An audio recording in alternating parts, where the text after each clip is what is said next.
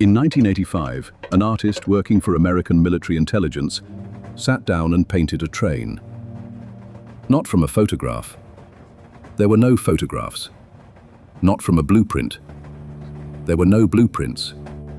He painted it from fragments, intercepted whispers, blurred satellite frames, educated guesses.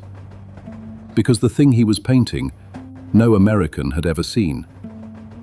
It looked like an ordinary Soviet freight train, refrigerator cars, mail vans, passenger coaches, and hidden inside it was an intercontinental ballistic missile carrying 10 nuclear warheads. By the end of the decade, there were 12 of these trains, carrying 36 missiles, loose on the largest railway network on Earth. And in 1987, an American memorandum admitted, in writing, that the United States had no reliable way to find them. This is the story of the Soviet nuclear ghost train, how two brothers, working 1,500 kilometers apart, built a doomsday weapon disguised as freight. How the most powerful intelligence machine in history hunted it and came up short. And how in the end, it was destroyed, not by a weapon, but by a signature, with American money, in the very country that created it. Chapter 1. Two Brothers and a Doomsday Order. To understand why anyone would put a nuclear missile on a train, you have to understand the nightmare that kept Soviet generals awake in the late 1970s. For 20 years, both superpowers had kept their missiles in silos, concrete wells sunk deep into the ground, hardened against anything but a direct hit. And for 20 years that was enough. Missiles simply weren't accurate enough to land directly on a silo from the other side of the planet. Then they were. By the late 70s, American guidance systems had improved to the point where a warhead could cross 10,000 kilometers and fall within a few hundred meters of its target. A silo was no longer a fortress, it was an address, and every address can be visited. Soviet planners began to wargame a scenario they called the disarming strike. A first blow so accurate and so sudden that it would catch the rockets still sleeping in their wells and leave nothing to answer with. Deterrence only works if the other side believes your revenge will survive their best punch. By the early 80s, that belief was eroding. Something had to be able to survive. The Soviet answer was movement.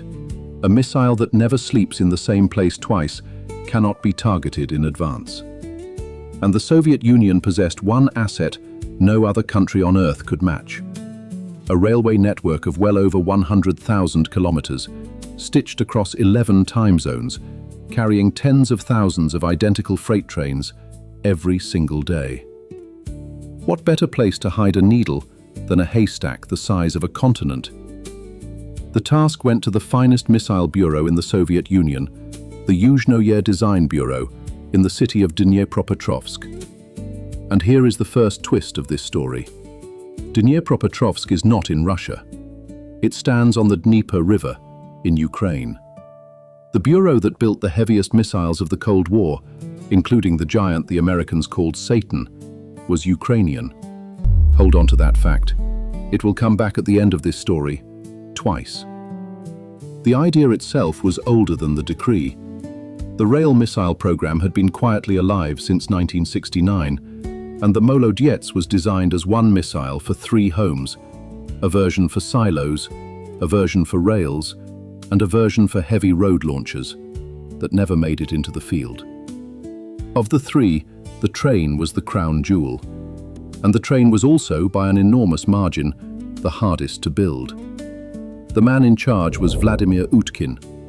Born in a village in 1923, trained in Leningrad, risen through the bureau to succeed the legendary Mikhail Yangel himself. His job was the missile. But a missile train is 2 machines in one, the rocket and the rolling fortress that carries it. And the man chosen to design the train was another Utkin, his younger brother, Alexei. Vladimir in Dnipropetrovsk, building the missile. Alexei in Leningrad, 1,500 kilometers away, building the train to carry it. 2 brothers, 2 bureaus, 1 weapon. the family that built the ghost train. In August 1982, the Kremlin signed the decree. The missile would be called Molodets, an old Russian word of praise. Attaboy. NATO, less affectionately, would come to call it Scalpel. But between the decree and the weapon stood a wall of problems that had never been solved by anyone. Because a modern intercontinental missile weighs over 100 tons, and railways are not built to launch rockets. Chapter 2. A missile dressed as freight. Start with the missile itself. 3 stages, solid fuel, 23 meters long, weighing over 100 tons. At its tip, 10 independent warheads, each between 400 and 550 kilotons, each one roughly 30 times Hiroshima. Range, over 10,000 kilometers. 1 missile, 10 cities. 1 train, 30 cities. And now the problem. 23 meters is longer than a railway car. The designers refused to build a longer car. A longer car would stand out, and standing out was death. So Alexei Ovotkin's engineers did something almost absurd. They gave the missile a folding nose. The warhead shroud was collapsed for transport, and after launch, a pressure system inflated it, corrugated metal blooming outward into a cone while the missile was already climbing. A doomsday weapon with an inflatable nose. Then, how do you launch it? You cannot light a 100-ton rocket inside a railway car. The blast would destroy the train, the track, and everything around it.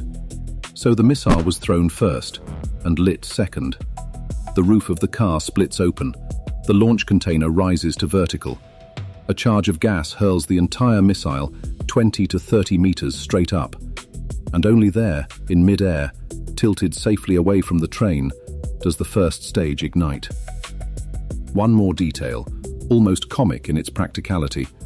Much of the Soviet railway ran under electric wires. A rising missile and a live catenary line do not mix. So each launch car carried a device whose entire purpose was to reach up, short-circuit the overhead line, and physically push the wires aside. The train made a hole in the sky before it fired. Now put the whole sequence together, because as choreography, it is astonishing. A train rolls to a stop on an ordinary stretch of line. Steel supports swing down and bite into the roadbed. The device reaches up and shoves the power lines aside. The roof of a refrigerator car folds open, and a launch container the size of a grain silo rises to vertical against the sky. A gas charge fires. 100 tons of missile leaps out of the car, hangs for a heartbeat above the train, leans away, and lights. The nose cone inflates as it climbs, and the train below is already preparing to move again. Minutes, from freight to firestorm. All of this, the folding nose, the cold launch, the wire pusher, served a single obsession: invisibility. From the outside, the train was nothing. Refrigerator vans, a mail car, passenger coaches with curtained windows, one of thousands of identical consists rolling through the Soviet vastness. Inside, 3 missiles, a command post, a diesel power plant, fuel, water, food, and roughly 70 men, by later accounts, living aboard for up to 28 days at a stretch.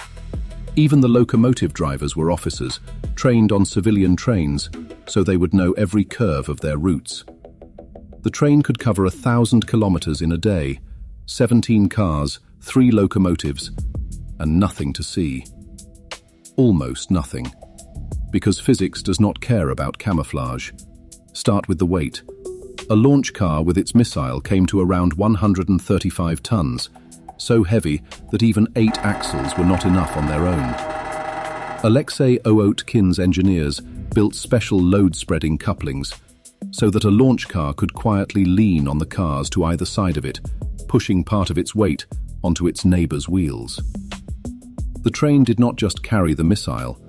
The train, as a whole, was the launcher, a machine pretending to be a queue of wagons.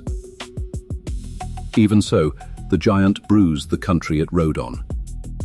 The trains ground down ordinary rails, and whole stretches of line had to be rebuilt with heavier track, just to hold them. Which created a quiet paradox at the heart of the whole idea. The invisible train could only ride where the track had been made strong enough. And every reinforced line was a line worth watching. And there was one more tell, stranger than all the engineering. A real refrigerator van is a light thing. It rides on 4 axles. The launch car needed 8. And there it was, stamped into the undercarriage, visible to anyone who knew to count wheels. A refrigerator car that could not exist. The disguise carried its own betrayal, bolted underneath it, 8 wheels where 4 should be. The question was whether anyone on the other side of the world would ever get close enough to count. Chapter 3. The Hunt. Imagine the problem from an American analyst's desk. Somewhere on well over 100,000 kilometers of Soviet track are 12 trains that matter. Each patrol zone alone stretched up to 10,000 kilometers, with hundreds of stops.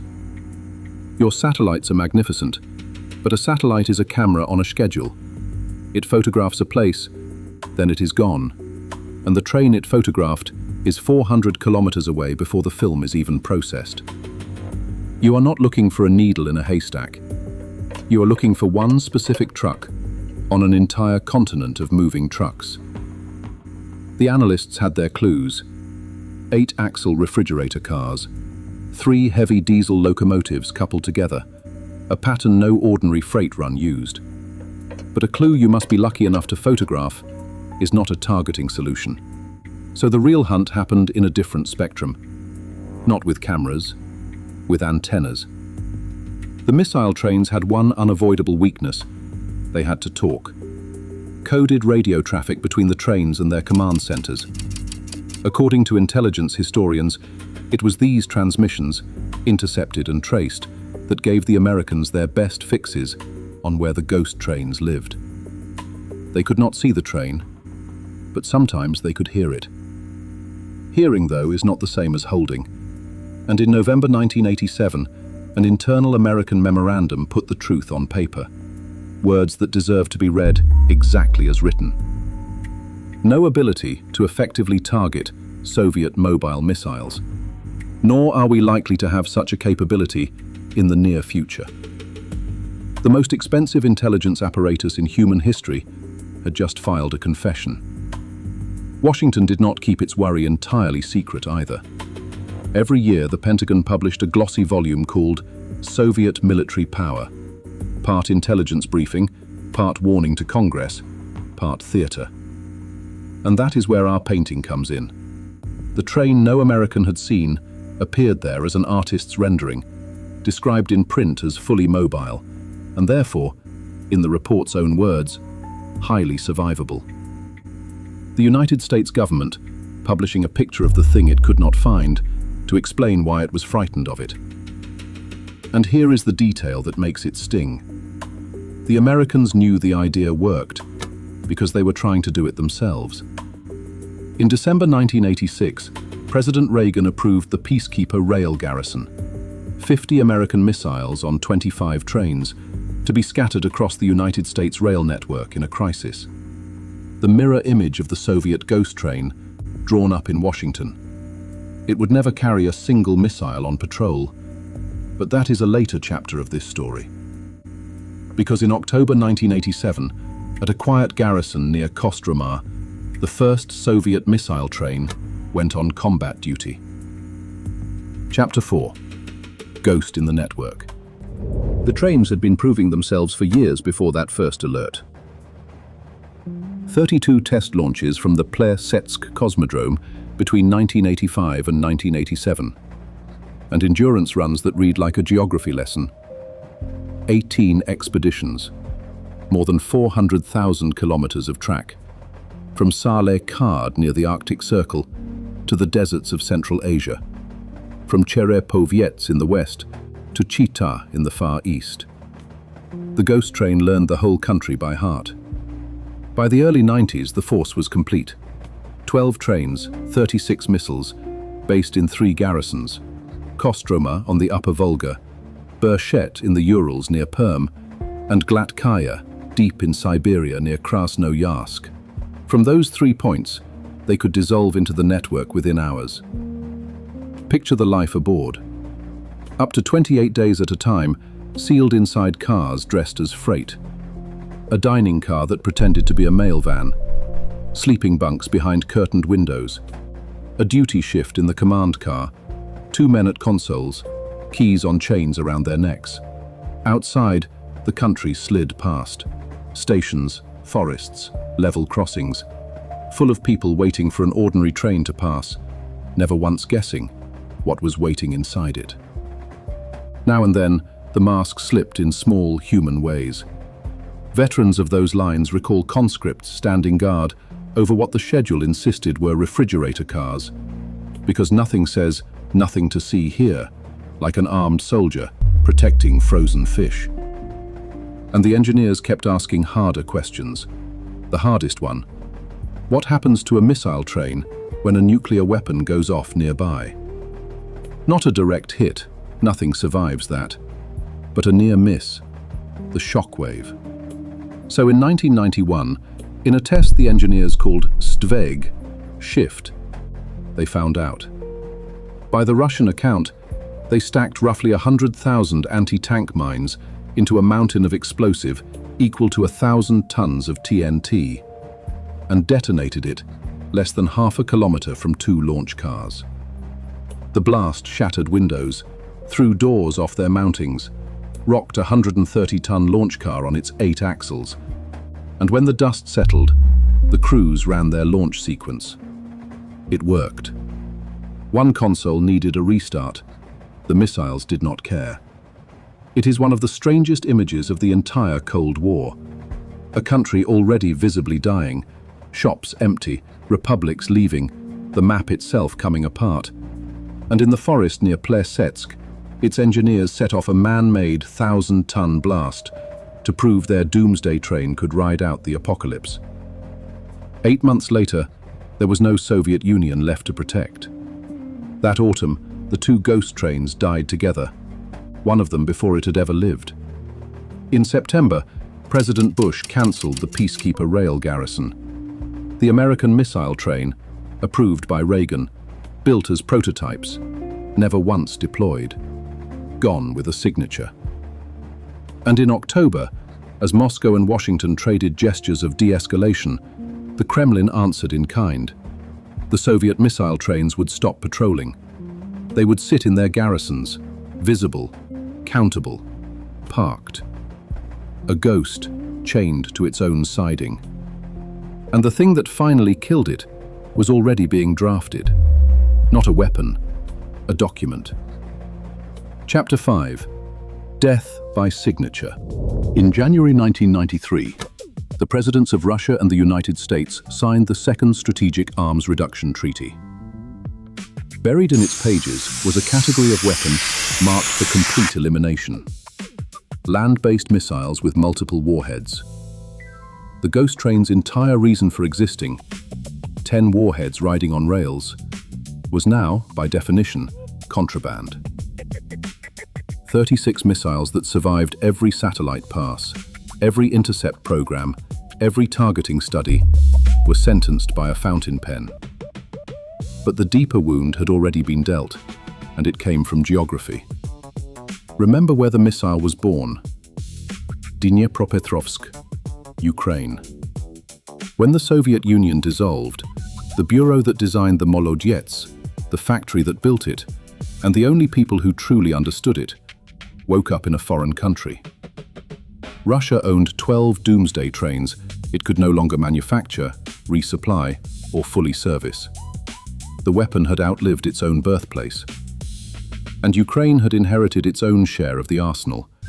46 silo-based scalpels at Pervomaisk, making it, on paper, briefly, the 3rd largest nuclear power on Earth. Kiev gave them up.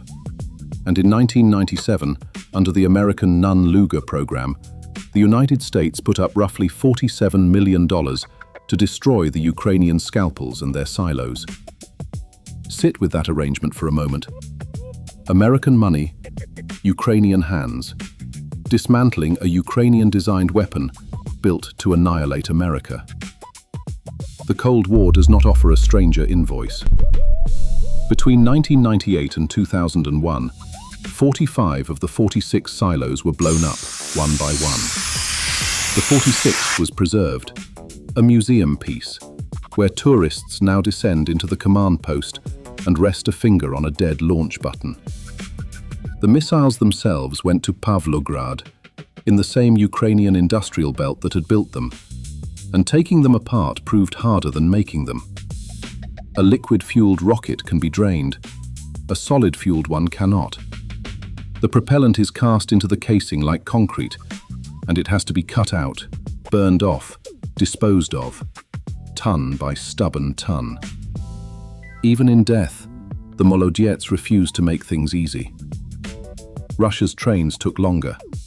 They sat in their garrisons through the 90s, slowly starving for parts that only a foreign country could make. The last missile train came off combat duty in August 2005. American inspectors photographed the aftermath. Launch cars hauled out, cut in half by welders' torches, catalogued for the treaty ledgers. In April 2008, the last Molodets missile ceased to exist. The garrisons followed their trains into silence. The Kostromar division was disbanded at the end of 2005. The Berchet base was wound down and formally liquidated 2 years later. Sidings that had sheltered the most hunted trains on Earth grew birch saplings between the sleepers. The network simply closed over the ghost, the way water closes over a stone. No ghost train was ever defeated. They were never found reliably, never targeted successfully, never once fired in anger. They were simply signed away and carved up for scrap with the blessing and the budget of the country they were built to destroy. And that should have been the end. It wasn't. Chapter 6. The Ghost Returns. Around 2012, with oil money flowing and relations with the West curdling, Moscow reached back into the archive. The project was called Barguzin, named for a wind that blows across Lake Baikal. A new missile train, but smarter than the old one. It would carry 6 missiles of a newer, lighter type, light enough for ordinary axles. No 8-wheel giveaway, no triple locomotives. This time the disguise would be perfect. A ghost with no tell at all. The design was approved, components were built, and on the 1st of November 2016, at Plesetsk, the ghost train's old proving ground, a missile canister was successfully thrown from a railway car in an ejection test. One test, the first since the Soviet Union died. And, as it turned out, the last. In December 2017, Russian officials confirmed that Barguzin had been dropped from the state armament program. No ceremony, no announcement of failure. The money had simply gone elsewhere, to a giant new silo missile called Sarmat. The first ghost train was killed by a treaty, the second one lost a budget meeting. Today, exactly one Molodets train survives. It stands indoors, polished and harmless, at the Railway Museum in St. Petersburg. The launch car's roof open, the green canister raised toward a ceiling instead of a sky. School children walk past it the way they walk past steam engines. And on the other side of the world, in a museum in Ohio, stands its American mirror, the prototype car of the rail garrison that never rode. 2 nations once planned to hide the end of the world among their freight schedules. Both ideas now live indoors, behind velvet ropes, a few steps from the gift shop. And the story has one final turn. The factory that built the ghost train still stands, in the city now called Dnipro, in independent Ukraine. It builds rockets still. And in November 2024, in the middle of Russia's war against Ukraine, that factory was struck by a new Russian intermediate-range missile, a weapon Vladimir Putin called Oreshnik. Think about the full arc of that. A Ukrainian bureau built the Soviet Union's most elusive nuclear weapon. Ukraine then dismantled it, with American money, in the name of a safer world. And 30 years later, Russia, the state that inherited those trains, fired a new missile at the very halls where its Doomsday train was born. The ghost train never fired a shot. The country that built it did, at the builder. The Molodets was, by any engineering measure, a triumph. It did everything it was designed to do. It hid. It survived. It kept its terrible promise ready for 18 years, and it never had to keep it. It was never outfought and never outfound. It was outsigned. In the end, the most elusive weapon of the Cold War was caught by the only thing that ever reliably catches weapons: the moment when the world decides it no longer wants them. If machines like this fascinate you, the giants the Soviet Union built and the strange ways they died, there's another story waiting for you at the link on the screen.